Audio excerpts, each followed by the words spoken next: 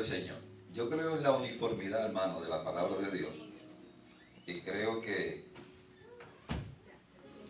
todo el contenido de la palabra de Dios nos dirige a un objetivo, y ese objetivo es el Señor Jesucristo. A veces nosotros podemos leer un texto y entre textos desde varias perspectivas, desde varios puntos de vista, así a simple vista. Me gustó el texto de una hermana de Jeremías capítulo 3, capítulo 33, verso 3. Si nosotros podemos ver, hermano, ese no es que vaya a hablar sobre Jeremías 33, verso 3, pero si nosotros analizamos todo el contexto del capítulo, el verso 16, 17, el verso 6, 7, 8, 9, el verso 14 y el verso 21, ese clamor que Jeremías presenta ahí, hermano, y te mostraré cosas grandes y ocultas, es dentro del mismo contenido de la palabra de Dios. No es que Dios te va a mostrar cosas estrambóticas, como esa visión de Ezequiel o la visión de Juan. Te va a mostrar, hermano, dentro de la palabra de Dios las grandes riquezas que Dios tiene para que nosotros podamos crecer en Él. La voluntad de Dios, hermano, y esa es la razón de que nosotros tenemos la palabra de Dios, no es un simple libro de historia que cuenta historia. No, hermano. Todas esas historias que están ahí están contenidas para que nosotros podamos ver los errores y los fallos de aquello y no podamos nosotros cometer o caer en los mismos errores o los mismos fallos que ellos cometieron. En la otra perspectiva que se ve es que Dios no oculta la falta de sus santos. Dios no tapa las faltas de sus santos. Dios lo que hace es que manifiesta esa falta para que nosotros podamos entender nosotros mismos que somos frágiles y que en un momento podemos estar en una altura rebosante y en un momento determinado podemos estar comiendo lodo. Ahora bien, la voluntad de Dios no es que estemos comiendo lodo. La voluntad de Dios es que nosotros nos movamos en las alturas. Pero en esas alturas lo vamos a mover, hermanos, según el conocimiento que nosotros tengamos de su palabra. Y esa es una de las cosas que yo en lo personal he enfatizado una y otra vez, el conocimiento de la palabra de Dios. Cualquier cosa que usted pueda saber es importante, es buena, es agradable. Pero yo creo que el cristiano está llamado, hermano, a conocer al dedillo la palabra de Dios. Y esa es la razón, hermano, por la que en nuestras iglesias y en muchos movimientos se mueven cosas extrañas y se ofrecen fuego extraño y se infiltran cantidad de doctrina y de enseñanza que nosotros la creemos porque el pastor, que se supone que es un hombre de Dios, la está hablando y nosotros la damos por sentado.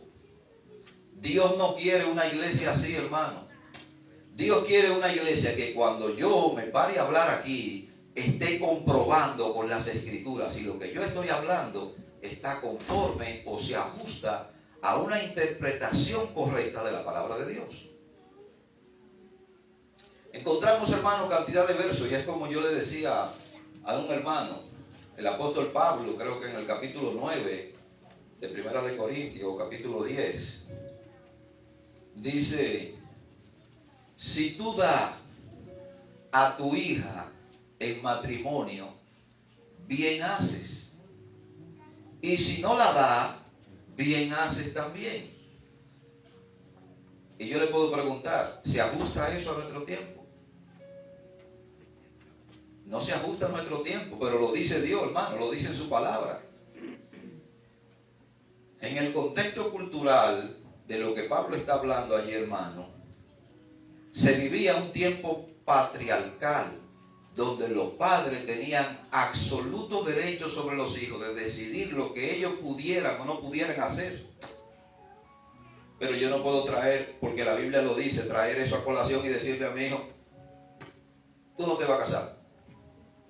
Porque cuando cumpla 18 años, según las leyes de este país o de los distintos países, se pueden emancipar. Ellos, la ley, le da autoridad de poder tomar decisiones sobre sí mismo, y ya el padre no se enseñorea de sus hijos. Entonces de ahí la importancia, hermano, de que nosotros podamos manejar la verdad de Dios, las sagradas escrituras al dedillo.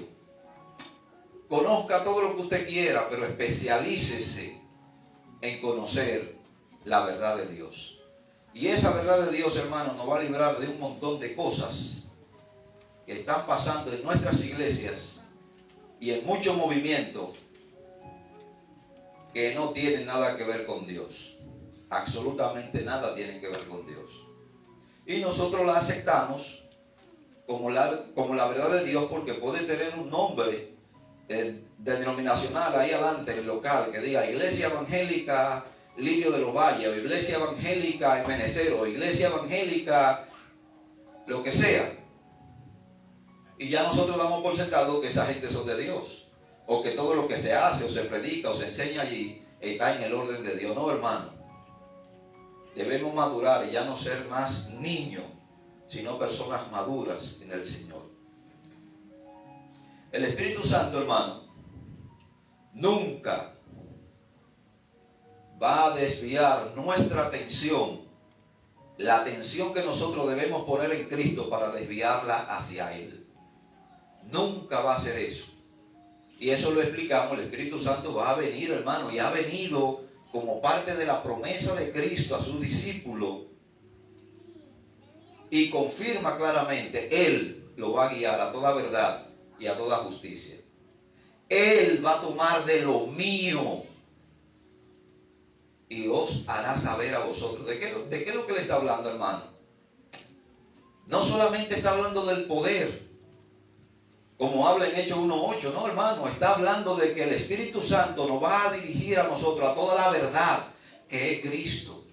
Toda la verdad que es Cristo.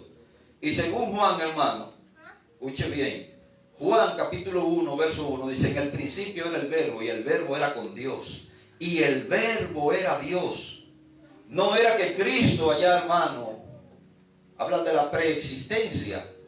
Esa palabra que Dios estaba soltando, fue esa misma palabra la que se encarnó, según Juan capítulo 1, verso 14. Según Juan capítulo 1, verso 14. Y esa palabra se hizo carne y habitó entre nosotros. Entonces el Espíritu Santo nunca, hermano, lo va a dirigir a usted a nada que sea contrario, o a algo que sea contrario a la palabra de Dios.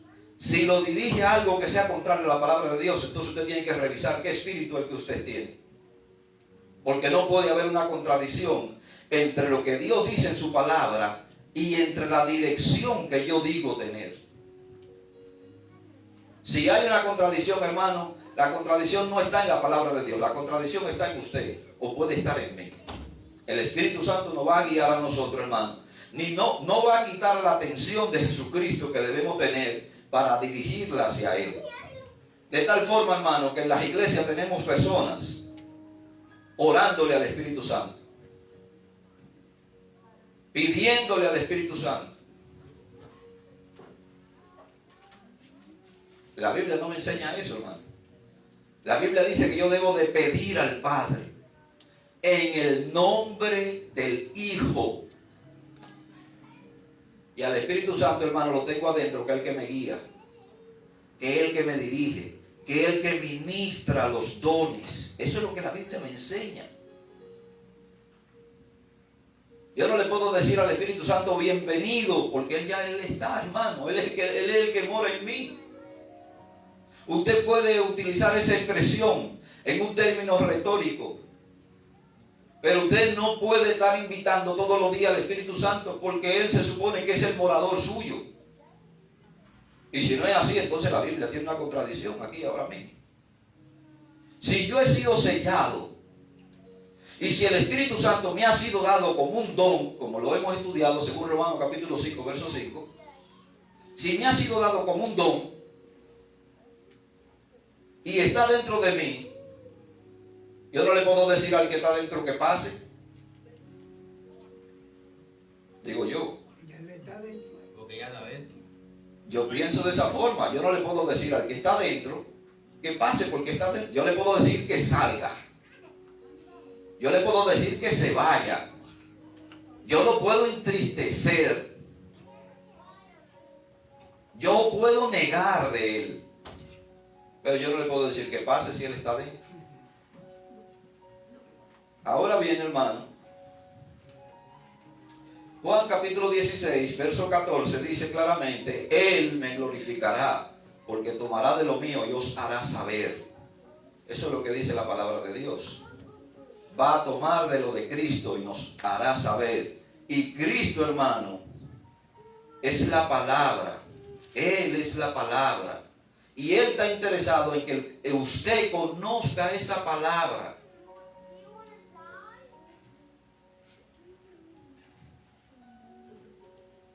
Nosotros, hermano, creamos una atmósfera crea un clima, un ambiente crea una atmósfera crea un clima y un clima crea una idiosincrasia y forma de pensar.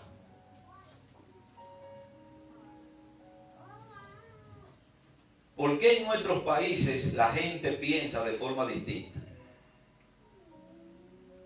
En nuestros países no tenemos una cultura general, tenemos una cultura regional. Todas las provincias tienen una cultura y una forma de hablar distinta. ¿Usted sabe por qué? Porque se han desarrollado de esa forma. En su país o en nuestros países, en los 4 puntos cardinales, usted los junta y se va a dar cuenta que cada uno habla con una fonética distinta. Hay quienes hablan cantado, otros hablan con la R, otros hablan con la L. Y usted dice, ¿y esto por qué? Entonces tendríamos que remontarnos, hermano, a los principios de la colonización y al desarrollo de esa comunidad para nosotros saber por qué cada una de esas comunidades tiene un aspecto lingüístico distinto, pero estamos en el mismo país. Y culturalmente no tenemos una cultura general. Podemos tener una bandera y un himno nacional general, pero tenemos una cultura distinta siendo del mismo país. Podemos tener una gastronomía, hermano. Todos comemos frijoles, todos comemos arroz, todos comemos plátano. General. Luego hay una cultura seccional, que es la de la familia. Y luego hay una cultura provincial. Entonces todo ese ambiente, hermano, crea un clima, una forma de hablar. Ahora, la palabra de Dios, hermano, ha sido dada para que usted tenga una sola forma de hablar. No muchas, una sola forma de hablar. Que hablemos conforme a su palabra. Lo que después de ahí, hermano, ni siquiera lo escuche. Ni siquiera escuche. Ahora, cuando yo le digo esto, hermano, no quiere decir que porque alguien le recite un texto bíblico, usted va a decir amén a todo lo que está recitando esa persona. Yo tengo que saber a lo que digo amén. Yo tengo que saber si esa persona que está interpretando la palabra de Dios es realmente la voz de Dios. Lo digo por experiencia propia, hermano. Durante mucho tiempo prediqué y enseñé mentira acerca de Dios.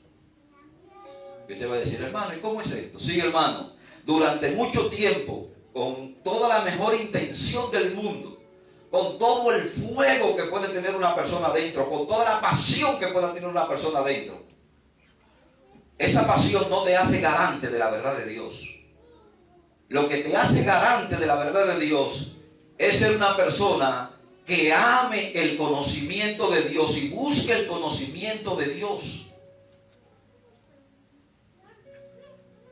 Jeremías dice, clama a mí y yo te responderé. Pero ¿qué es lo que Dios le va a mostrar a Jeremías? Y habla de su sacerdote, y habla de su ministro, y habla de su pacto, hermano. ¿Por qué vino el castigo al pueblo de Israel? Porque dejó la palabra de Dios. El renuevo iba a venir otra vez, porque Dios iba a volver a inyectar su palabra. Y ellos iban a volver a caminar por el conocimiento de Dios. Entonces Dios está más interesado en que usted hable el lenguaje del cielo. Y el lenguaje del cielo no es emocional. El lenguaje del cielo es escritural. Claro, hermano, todo ser humano creado por Dios está envuelto en una nube de emoción, porque nosotros somos seres emocionales, seres apasionados. Y eso es bueno. Eso es bueno, hermano. Pero yo no puedo poner esta pasión por encima del conocimiento y de la verdad de Dios, porque entonces estoy sustituyendo a Dios. Y durante tanto tiempo, hermano, estuve predicando aberraciones y mentira y blasfemia del nombre de Dios. ¿Usted sabe por qué? Porque decía, hablaba de la ley, pero no hablaba del espíritu de la ley. Decía el texto, leía el texto, y lo que me viniera a la mente, eso lo zumbaba. Sin entender, hermano, realmente de qué hablaba el texto. Yo quiero ponerle un ejemplo, hermano. Vaya conmigo al libro de los Hechos.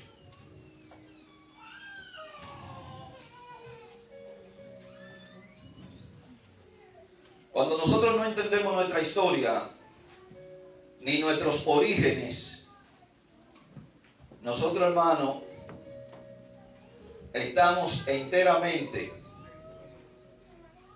supuestos a errar las Escrituras. La gente le habla de fuego. La gente le habla del poder de Dios. La gente le habla de la unción. Oiga bien, de todo lo que la gente le dice. Y cuando usted le pregunta a una persona, ¿por qué tú eres pentecostal?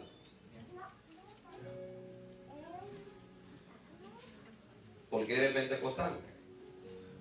No sabe decir.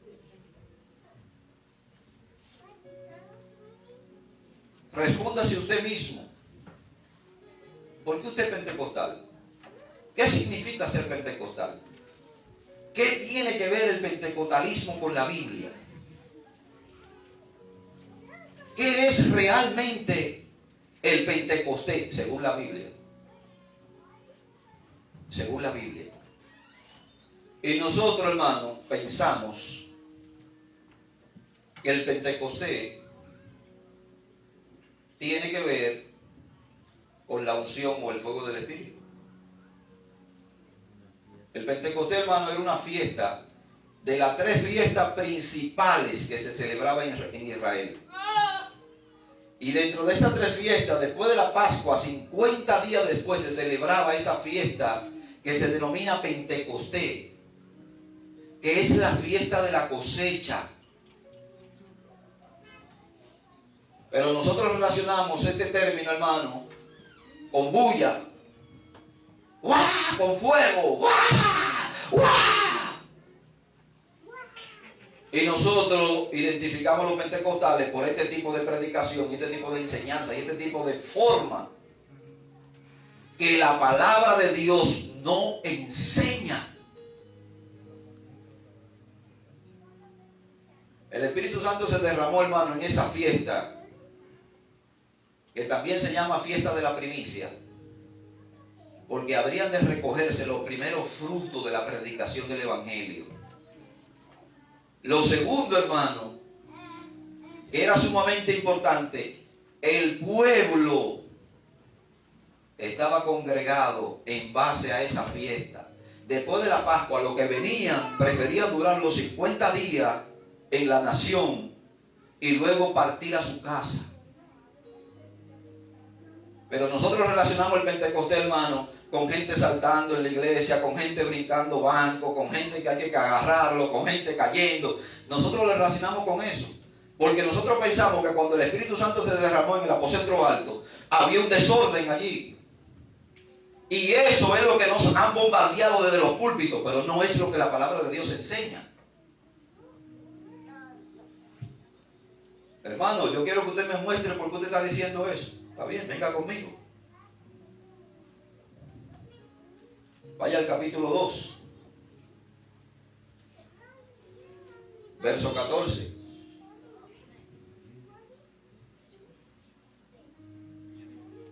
Entonces Pedro, poniéndose en pie con los 11, alzó la voz y habló diciendo: varones judíos y todo lo que habitáis en Jerusalén, esto os sea notorio, oíd mi palabra. Si se puso de pie, ¿cómo estaba? Estaba sentado, ¿no? Quédese en el capítulo 2 y vaya al verso 2. Vaya al verso 2 del libro de los Hechos. Y de repente vino del cielo un estruendo, como un viento recio que soplaba, el cual llenó toda la casa donde estaban sentados. Entonces, ¿de dónde sacan los pentecostales?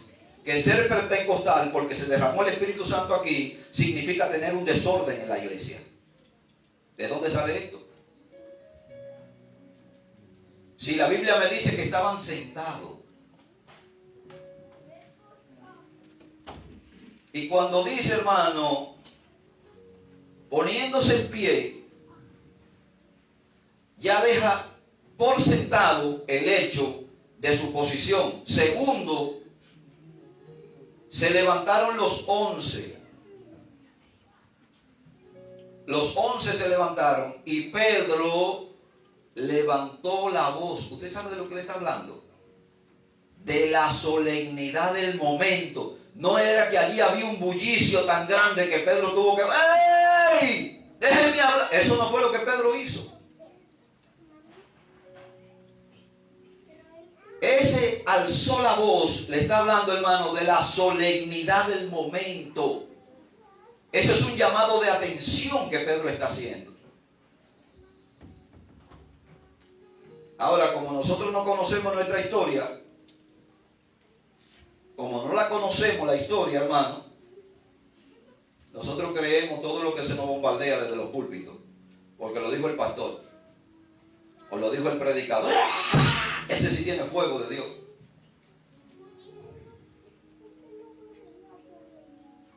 Eso no se registra en ninguna parte de la Biblia, hermano. Ese fuego falso. En ninguna parte de la Biblia. Usted puede predicar con el entusiasmo que usted quiera. Eso es bueno, hermano. Porque usted tiene que sentir la vivencia de Dios. Usted tiene que sentir el fuego de Dios en su interior. Eso es bueno. Pero usted no puede sustituir la palabra de Dios por lo que usted está sintiendo. Porque el Evangelio no es de sentir. ¿Usted sabe cómo conecta Dios al predicador con su audiencia? Por medio de su poder.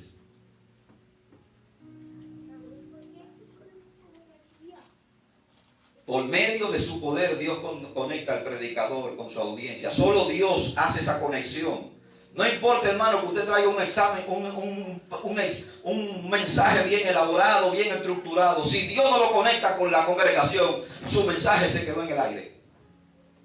Y Dios lo va a conectar a usted por medio de su poder.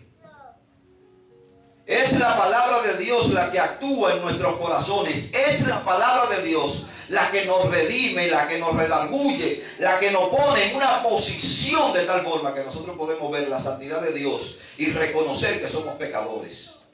Aún estemos sentados dentro de la iglesia o dentro del templo. O vamos a decir que no pecamos. Porque si usted dice que no peca, entonces hace a Dios mentiroso. Ahora bien, hermano, es el Espíritu Santo quien lo va a redimir a usted de su condición.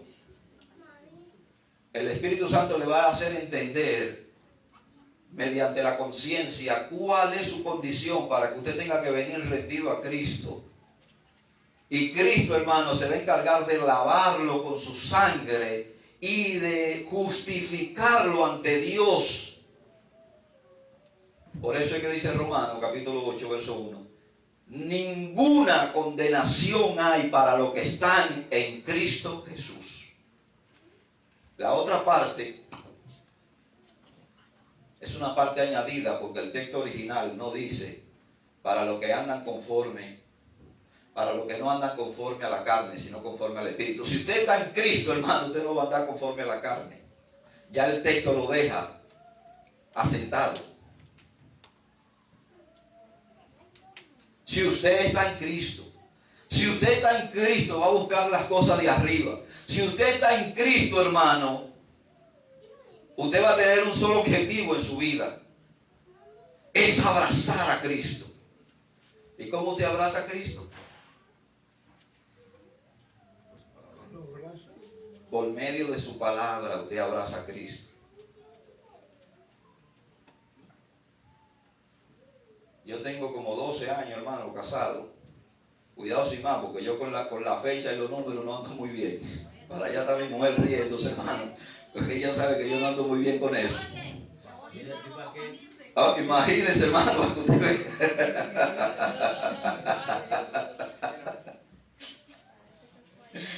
Oiga bien, hermano. Ella siempre me tiene que hacer esa corrección en algunas cosas, porque a mí se me va la bola, hermano, con la fecha. Con fechas. Pero hermano, tengo ese tiempo, pero yo no conozco a mi mujer en todo el sentido de la palabra. La voy conociendo. Voy conociendo sus virtudes, voy conociendo sus defectos. Y a medida que se van resolviendo esas diferencias, yo la voy amando más. Y me voy dando cuenta que lo que hay afuera no es tan importante como lo que yo tengo en casa. Oiga bien, hermano, me doy cuenta de eso.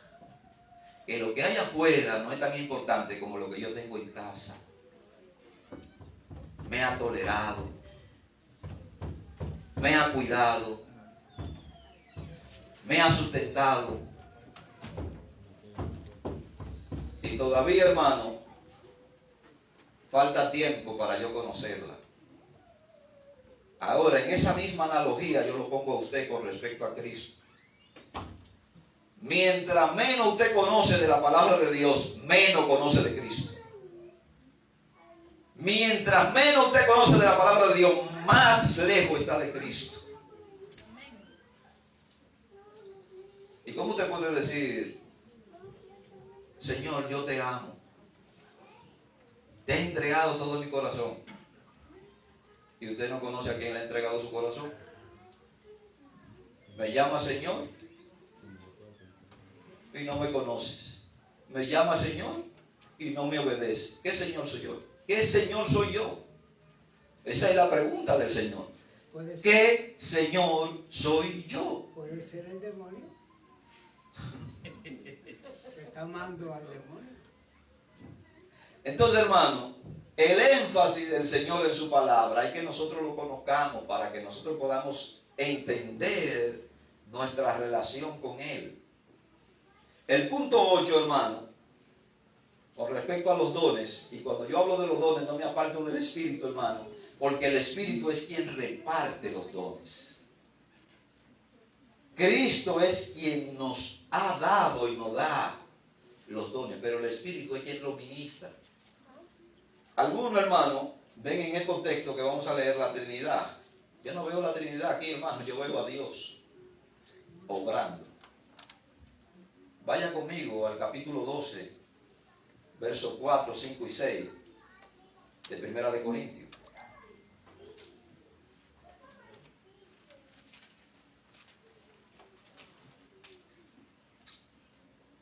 El Espíritu Santo produce una variedad de dones que los cristianos emplean en toda una diversidad de ministerios. Y aquí vamos a aclarar 3 palabras, hermano. ¿Ya lo tienen? Amén. Primera de Corintios, capítulo 12, versos 4, 5 y 6. Ahora bien, hay diversidad de dones. Hay muchos, pero el Espíritu es que el mismo. Usted sabe que Dios es Espíritu, ¿verdad? Amén. Y usted sabe que Dios es Santo también, ¿verdad? Amén. El verso 5 dice, y hay diversidad de ministerios, pero el Señor es el mismo. Y hay diversidad de operaciones, pero Dios, y préstele atención a esa palabrita que dice hace. Todas las cosas en todo es Dios.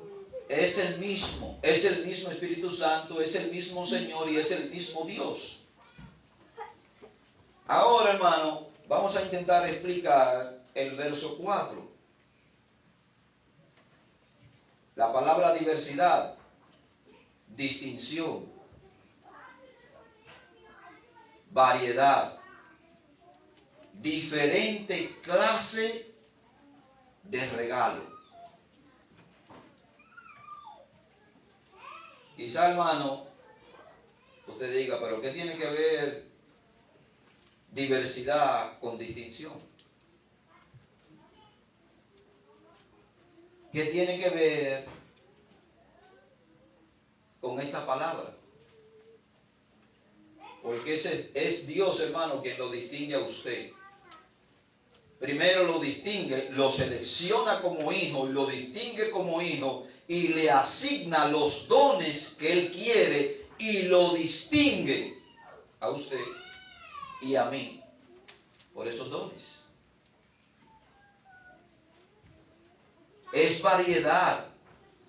Son diferentes clases de regalos. ¿Por qué yo digo diferentes clases de regalos? Porque es algo que usted no se merece. Usted no se merecía ni siquiera la gracia de Dios. ¿Lo digo yo? No, lo dice su palabra, hermano. Pero a Dios le ha placido darle su gracia. ¿Porque usted era bueno? No. Con sopita. No era porque usted era bueno ni porque yo era bueno, es porque a Dios le ha placido, hermano. Nada de lo que usted tiene es suyo. A Dios le ha placido que lo que usted tiene lo tenga porque Él se lo ha dado. La palabra diversidad encierra la idea de distinción, porción y división. Ahora, ¿por qué encierra esta palabra, hermano? Esas 3 funciones. Distribución, hay una variedad de fruta y ahora el dueño de la fruta le ha parecido bien darle a la hermana Antonia una naranja. Pero le ha parecido al hermano Anthony darle un coco. Y a la hermana Mercedes le ha parecido darle una lechosa o una papaya. A él le ha parecido eso. Él le está regalando, hermano, y está distribuyendo de lo que él tiene a su iglesia para que su iglesia pueda dar el servicio requerido por él.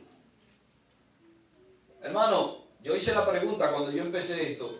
¿Qué piensa usted o cuál piensa usted que es su don? Si usted no lo sabe, puede ser, hermano, que usted esté en el lugar equivocado o resolviendo una situación equivocada. Dios distribuye dentro de esa variedad, pero también significa partición. Porque Dios parte de una gran variedad de cosas que tiene y lo comienza a repartir. Entonces se comienza a dividir todo lo que hay aquí, hermano, en el sartén. Todas las cosas que hay en el sartén, Dios comienza a repartirla y a dividirla entre cada uno de los miembros de la iglesia. ¿Tiene usted don, hermano? Sí, hermano. Usted tiene dones, tiene don del Señor. Y Él se lo ha dado. ¿Usted sabe para qué Él se lo ha dado? Para que su gozo sea amplificado. Conocí una señora que era la que limpiaba la iglesia, el templo. Hermano, pusieron a muchas personas y la turneaban por semana. No es igual que aquí. Allá se dan todo el culto todos los días, hermano. Y la turneaban por semana para limpiar la iglesia. Pero cuando esta señora limpiaba la iglesia, hermano, y era una viejita, una ancianita, pero era tanto el empeño, el amor que ella le ponía a eso, hermano. Y tenía el detalle, a veces compraba frascos de perfume y lo echaba. Y usted entraba ahí, hermano, y usted decía, oh, hoy limpió la hermana.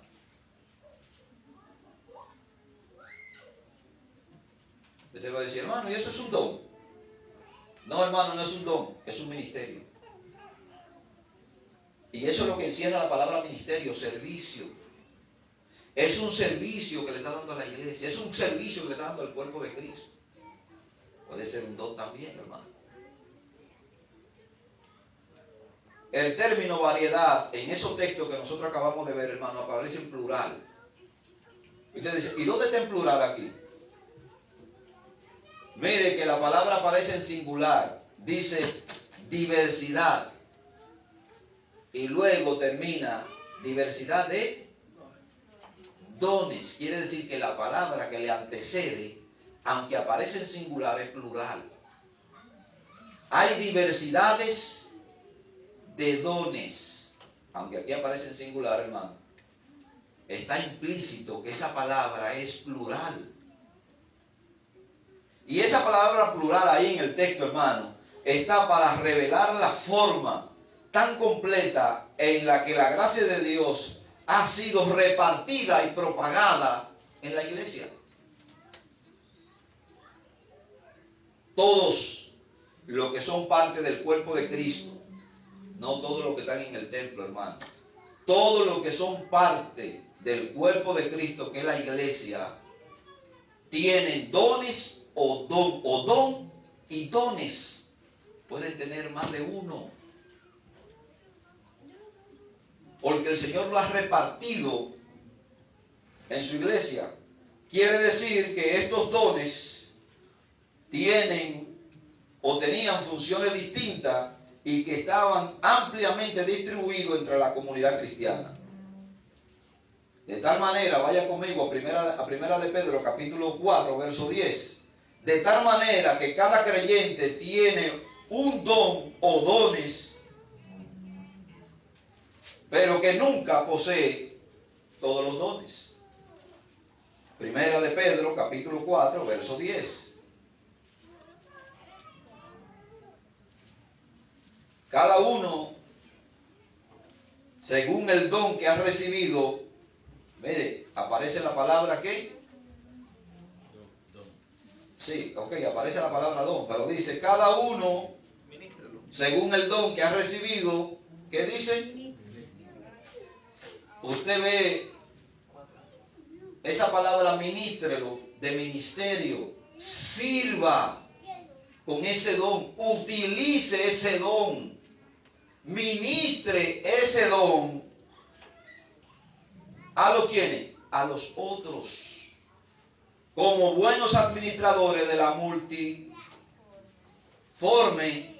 multiplicada forma o la distinta forma de la gracia de Dios. Oiga, es la gracia de Dios la que ministra los dones a la iglesia. Es la gracia de Dios la que lo ha alcanzado a usted y me ha alcanzado a mí. Es la gracia de Dios la que ha permitido que hoy nosotros podamos pronunciar el nombre de Cristo con la libertad que nosotros tenemos. Es la gracia de Dios.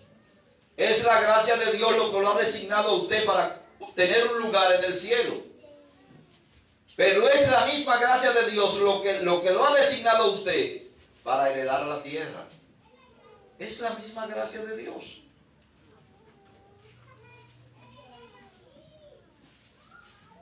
La palabra variedad o variedades quiere decir que la iglesia de Cristo tiene unidad y diversidad. ¿Qué quiero decir con esto, hermano? ¿Cuántos cuerpos usted tiene? Uno.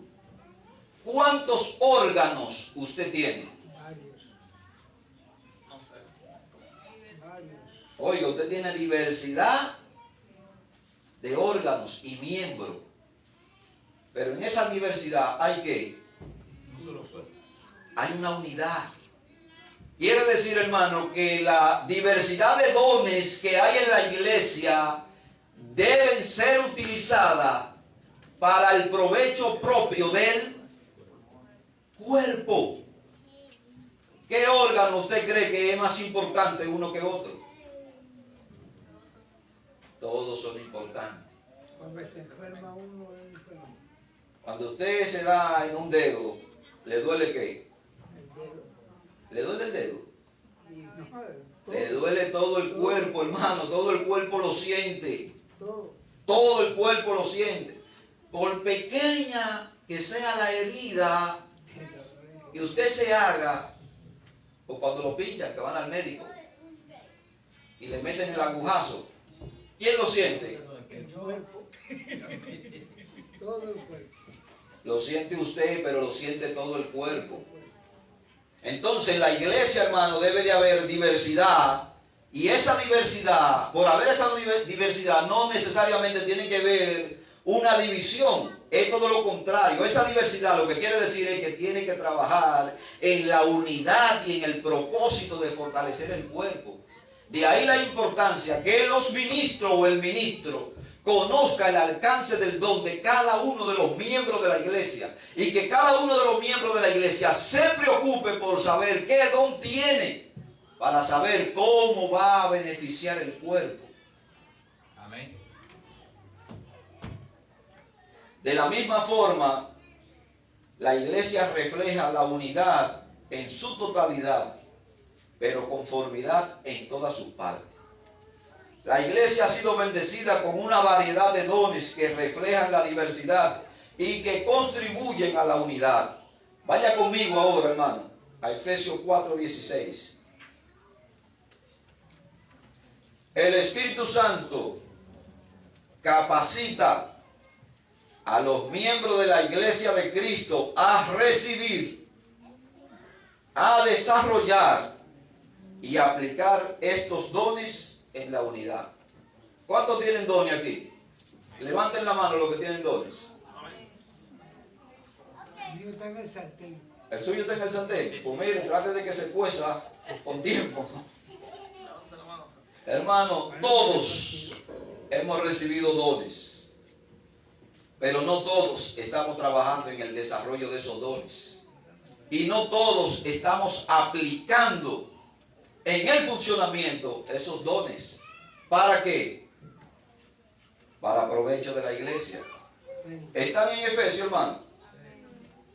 Efesios 4:16 dice: de quien todo el cuerpo, bien concertado y unido entre sí por todas las coyunturas, que se ayudan mutuamente según la actividad propia de cada miembro, recibe su crecimiento para ir edificándose en amor.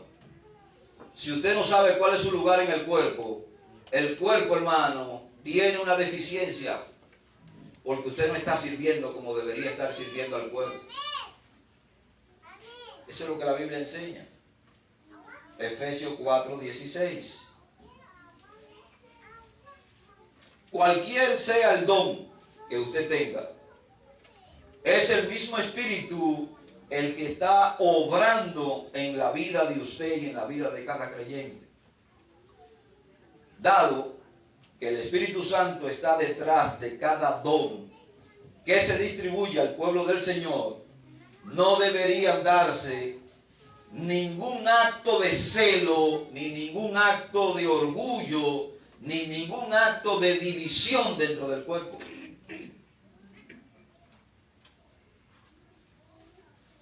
Hubo una iglesia que padeció de esto, hermano.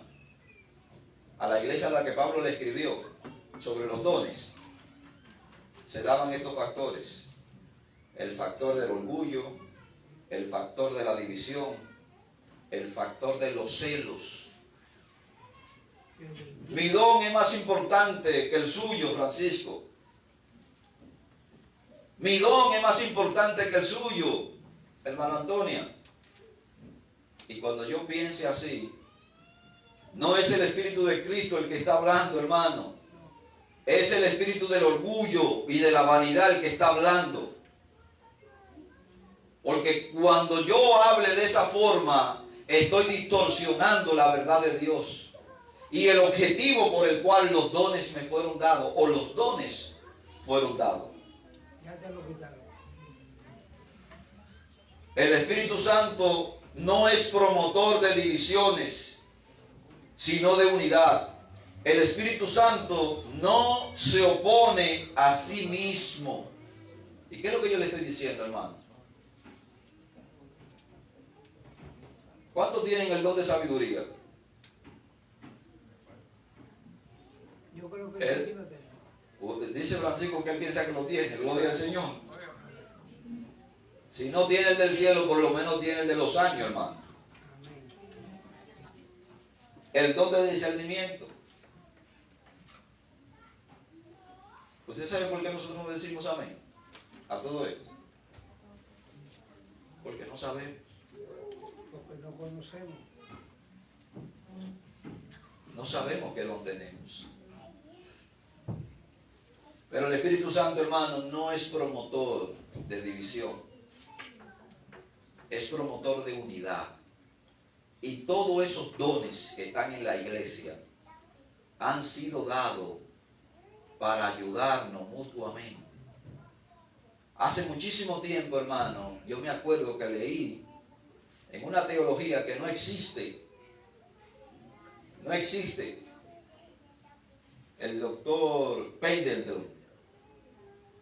Y él decía, hermano, con respecto a la unidad de la iglesia, y hablando de Hechos, capítulo 6, de los diáconos, él decía, hermano, él decía de esta forma, él decía, los diáconos es el cuerpo ministerial que une al pastor con la iglesia.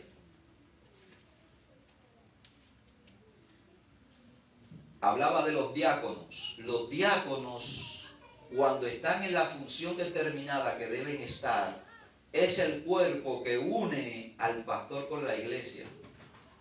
¿Usted cree que el pastor puede soportar los problemas de toda la iglesia? ¿O usted cree que el pastor se puede dar cuenta de todos los problemas que surgen en la iglesia? ¿De todas las necesidades que surgen en la iglesia? No, hermano.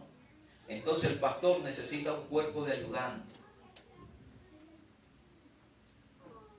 No con una visión distinta, con la misma visión de trabajo. Hay una sola cabeza. Hay un liderazgo formado o bien por una persona o bien por un cuerpo de personas que van a trabajar en común para el desarrollo de la iglesia. Los dones, hermanos, cuando se utilizan dentro de la iglesia, es el factor que une y nutre al cuerpo. A que si me cortan una mano estoy deficiente. ¿Cuántos están completos si le cortan una mano? No, ninguno. O si le cortan un dedo, No está completo. no está completo. Entonces, Si usted, como el don que Dios le ha dado, no lo está usando en pro de la iglesia, hermano, usted tiene un problema serio y la iglesia tiene un problema serio porque la iglesia va a crecer deficientemente porque hay miembros dentro de su iglesia que no están utilizando los dones que el Señor le ha dado. Es como si le faltara el dedo o la mano. O la mano. Verso 5. Y ya voy a concluir con esto, hermano.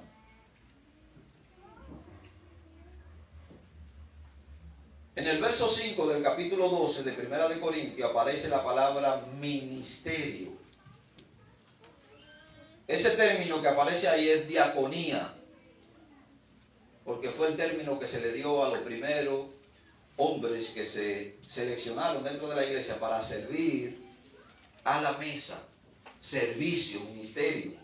Significa servicio, significa ayuda, significa qué hacer, socorro, ministración, distribución.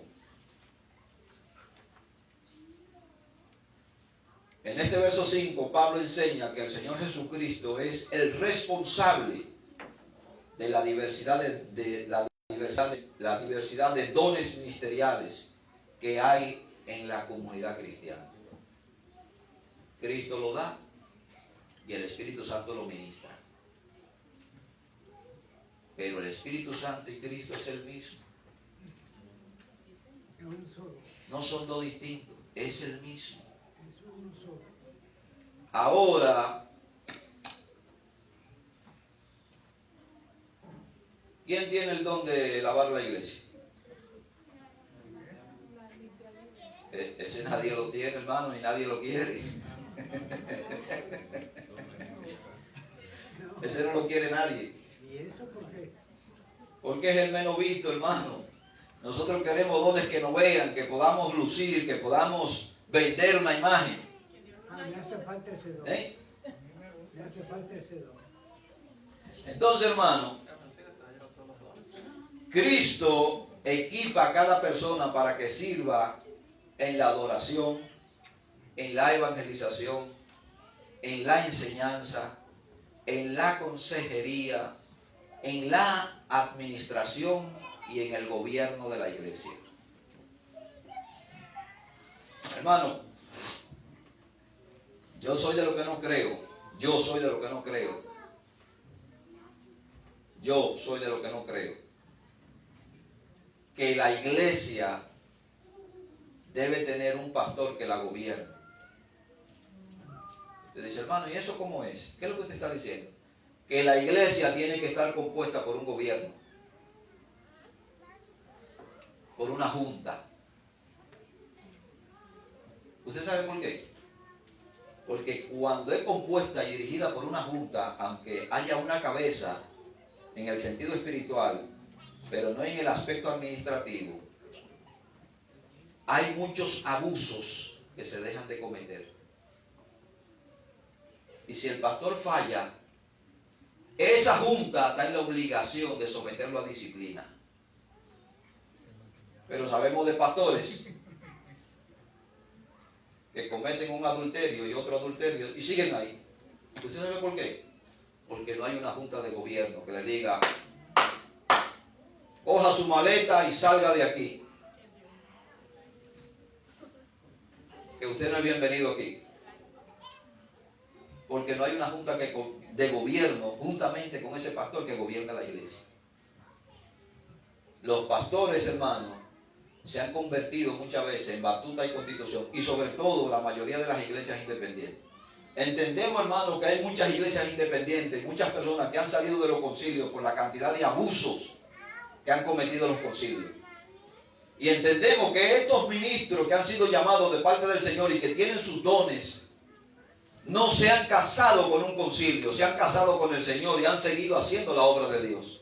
Pero es necesario, hermano, que dentro de ese casamiento que tenemos con el Señor, nosotros sepamos cómo dirigir y organizar la iglesia. Para evitar, hermano, sucesos como lo que han estado pasando alrededor nuestro. Pastores violando niñas. Pastor en pornografía. Y no hay quien lo corrija, hermano. Y no hay quien lo corrija. Porque ellos son batuta y constitución de la iglesia. La ley cuando le echa 40... Y por esa razón, hermano, yo estoy de acuerdo en que cada iglesia tenga un gobierno que administre la iglesia, aunque tenga una cabeza espiritual. Si se equivocó, se le corta la cabeza y que venga el otro. Y si no, la misma junta directiva se encarga de dirigir la iglesia. ¿Somos necesarios los pastores? Sí, hermanos, somos necesarios, pero no somos imprescindibles. En el cuerpo del Señor no hay nadie imprescindible. Aquí el imprescindible es el Señor. Amén. Después olvídese de lo demás. Es el único. No hay otro como él. Voy a leer este párrafo y voy a terminar. Nadie debe jactarse de haber recibido un don más grande o una posición más eminente que otro miembro, porque todos los dones y posiciones lo da el Señor. Si a Dios le ha placido que usted sea pastor, haga bien su trabajo para honra del Señor.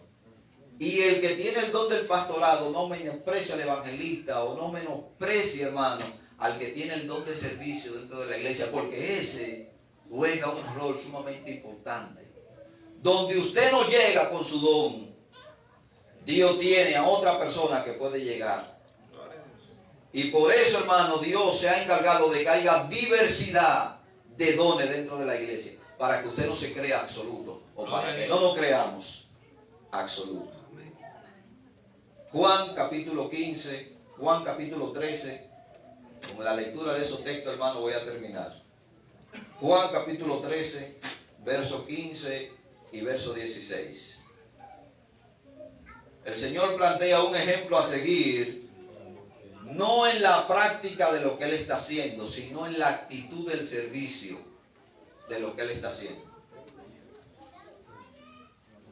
Porque ejemplo os he dado, para que como yo he hecho, vosotros, a sus discípulos y a nosotros también, ustedes hagáis.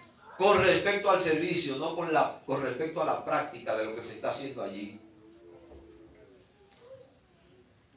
De cierto os digo, el siervo no es mayor que su Señor. ¿Cuántos son mayores que Cristo aquí? Levanten la mano. Oh, yo creía que el hermano Anthony iba a levantar la mano, lo que se esté arrancando. Ahora, nosotros somos los siervos y somos menores que el Señor, que nos ha puesto como siervo.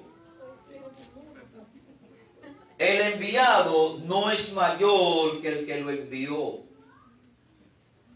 Aquí no está usted ni yo para vender su imagen, sino para vender la imagen de Cristo. Porque Él ha sido quien nos ha enviado y a Él debe ser remitida toda la gloria y toda la honra. Él es el Señor y Él debe recibir, hermano, toda nuestra atención y todo lo que Él ha puesto en nosotros, servir con devoción y amor. Dios eterno, Dios de misericordia y de bondad, gracias te damos en el nombre poderoso de Jesús. Bendice, Señor, la congregación y bendice a cada persona que está viendo o va a escuchar esta enseñanza por este medio de comunicación. Bendícele en el nombre poderoso de Cristo Jesús. Amén, Señor Jesús. Bien, hermano.